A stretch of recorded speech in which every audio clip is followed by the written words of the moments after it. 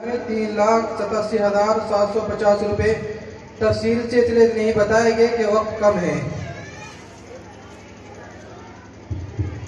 منفرد طرز تکلم، دل نشی حسن بیاں، تیری باتوں میں ہے پنہا درد دل کی داستاں۔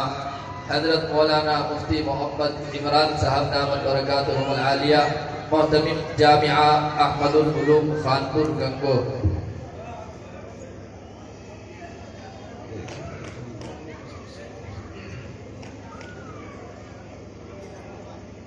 بسم اللہ الرحمن الرحیم،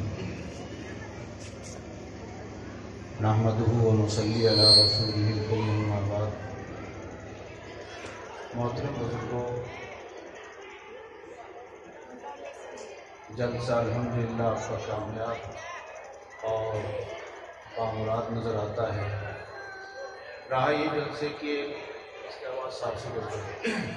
جلسے کی ایک کڑی ہوتی ہے جو اصل مقصد جلسوں کا ہوتا ہے، وہ مقصد ہے تقریباً سال بھر کا مدرسے کا بجٹ بنا دینا۔ آپ حضرات میں سے کسی نے زیادہ دیا، کسی نے کم دیا، کسی کے 100 ہوں گے، کسی کے کئی ہزار ہوں گے۔ یہ کھلتا اس لیے ہے تاکہ دوسرے کو بھی اس میں جذبہ پیدا ہو کہ وہ اللہ کے راستے میں کچھ زیادہ سے زیادہ دے۔ تو ہوتا تو یہی ہے کہ سب کے نام بولے جائیں اور یہی طریقہ ہے۔ تو اب کی دفعہ معاف کر دو، اب کی دفعہ بتا دیں گے وہ تو جتنا بھی ہے اس میں پڑھے گا۔ اب کی دفعہ معاف کر دو۔ اصل مولانا مشرف صاحب دامت برکاتہم نے جو بات چھیڑ رکھی تھی، میں نہیں چاہتا تھا کہ اس میں سے کچھ تھوڑی سی کٹوتی کرائی جائے۔ بالکل موقع اور مناسب کے اعتبار سے بات چل رہی تھی، اور میں نے جو سوچا تھا میں گفتگو کروں گا وہ ساری میری کر کے چلے گئے۔ اسی عنوان میں پڑھا کر صرف اتنی بات بتاؤں، ایک حدیث سنا کر دعا کرتا۔ ایک صحابی ہیں اللہ کے رسول صلی اللہ علیہ وسلم کے، جن کا نام ابو ذر تھا۔ یہ ابو ذر صحابی تو سارے ہی اللہ کے رسول کے عشاق اور عاشق تھے، لیکن بعض کچھ دیوانہ وار ہوتے ہیں، مستانہ وار ہوتے ہیں۔ یہ مستانہ وار حضور پاک صلی اللہ علیہ وسلم سے محبت کرنے والے تھے، یہاں تک کہ اللہ کے رسول صلی اللہ علیہ وسلم نے ایک دفعہ سر پہ ہاتھ رکھ دیا، پوری زندگی اس حصے کے بال نہیں کٹائے کہ میرے حبیب کے ہاتھ لگے ہیں لہٰذا بالوں کو نیچے نہیں گرنے دیں۔ ابو ذر غفاری رضی اللہ تعالیٰ عنہ ایسے آدمی تھے، کسی کے پاس پیسے دیکھتے اسی کو تکلیف شروع کر دیا کرتے تھے، کہا تجھے جہنم کا ڈر نہیں ہے؟ اور صحابہ کہتے تھے ڈر تو سبھی کو ہے، لیکن جو زکوٰۃ نہیں دیتا اس کے لیے وعید ہے کہ قرآن میں آیا الذین یکنزون الذھب والفضة ولا ينفقون فی سبیل اللہ فبشرهم بعذاب الیم، کہ جو مال دولت جمع کرتے ہیں اور اللہ کے راستے میں خرچ نہیں کرتے ان کو کہہ دو کہ تمہارے لیے دردناک عذاب ہوگا۔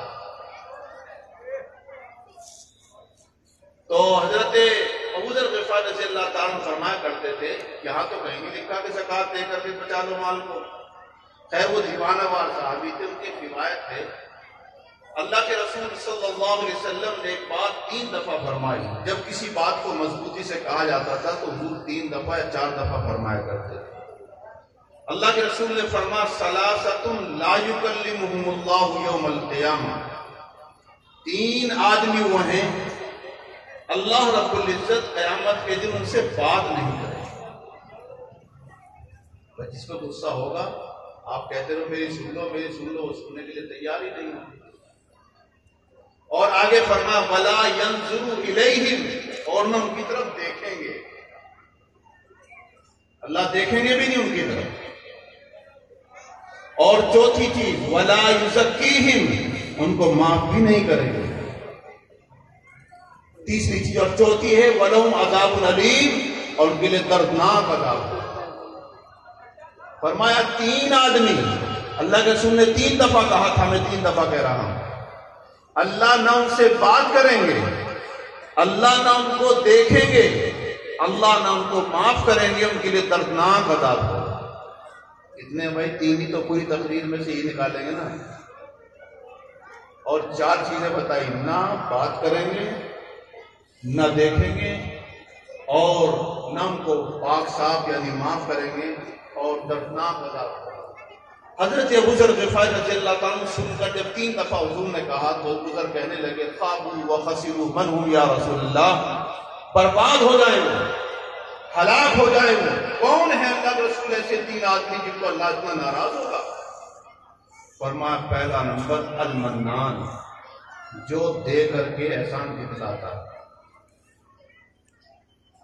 کسی غریب کا ساتھ دے دیا تھا، کبھی اس کے بچوں سے کہتے پتا تیرا باپ جب ہمارے گھر میں مانگنے آتا تھا، اللہ دیکھو کتنی دفعہ کہا، اللہ ایسے آدمی کی طرف دیکھیں گے نہیں، آپ احسان جتلاتے ہیں، یہ ہے منان۔ کر دیا تھا تیرے باپ نے، بیٹا اس کو ذلیل کر رہا، یا تو نے کر دیا تھا تو ذلیل کر رہا ہے، مدرسے میں دے دیا تھا تو آ کر کے ذمہ دار کو ذلیل کر رہا ہے، یہ احسان جتلانا ہے خطرناک۔ اور ایک روایت میں آیا ہے المسبل، جو تکبر کی وجہ سے ٹکنوں سے نیچے پیجامہ لٹکائے پھرتا ہے، اللہ کو کبر پسند ہے۔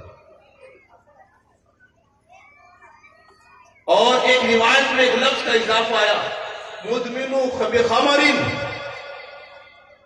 دوسرا وہ آدمی ہے جو شراب کے یا کسی بھی نشے میں دھت رہتا ہے۔ نشہ کرنے والا جتنا گنہگار ہے، نشہ بیچنے والا اس سے 100 درجے بڑا گنہگار ہے۔ نشہ بیچنے والا، ابھی آپ نے اس کے بعد سمجھا، میں حدیث سنا رہا ہوں، صرف اللہ کے رسول کہتے ہیں اللہ کتنا ناراض ہے۔ اور دیکھو نشہ بھی عام ہو رہا ہے، پیجامہ تو بہت سے ٹکنوں سے اونچے کرنے لگے، فیشن چل گیا۔ ارے فیشن صحیح، نیت صحیح کر لو، کم سے کم بچے رہو گے، ثواب بھی ملے، اور دے کر کے احسان نہ جتلائے گا۔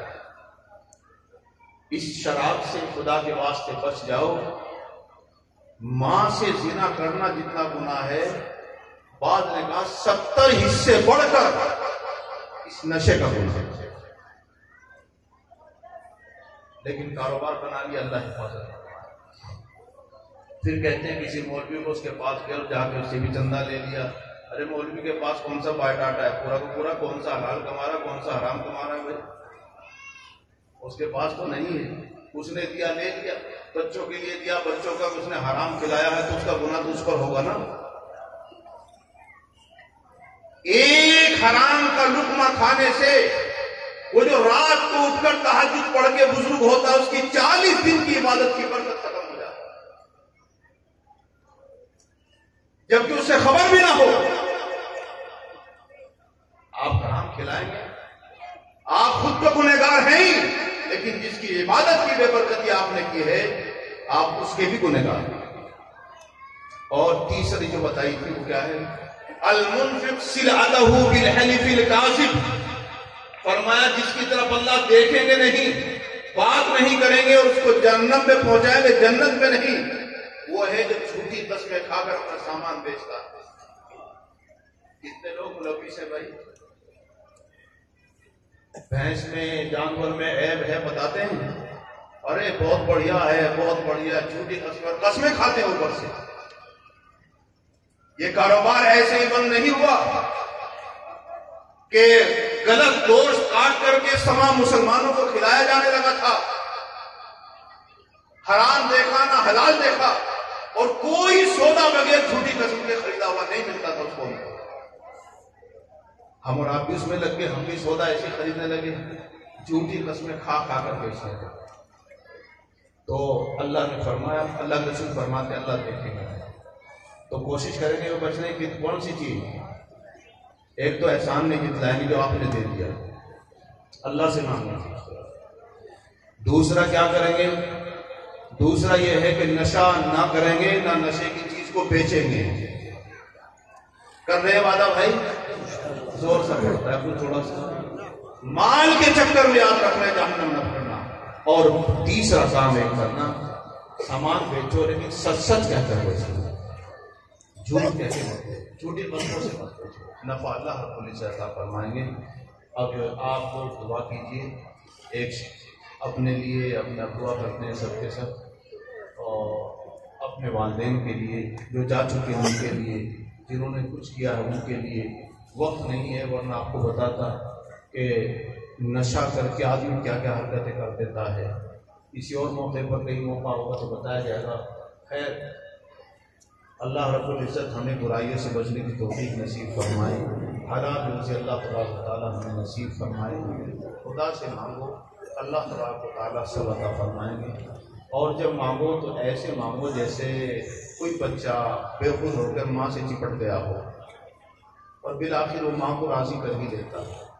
تو یہ موقع دیا اللہ نے، سال میں ملتا ہے، کسی اور موقع سے ملتا ہے۔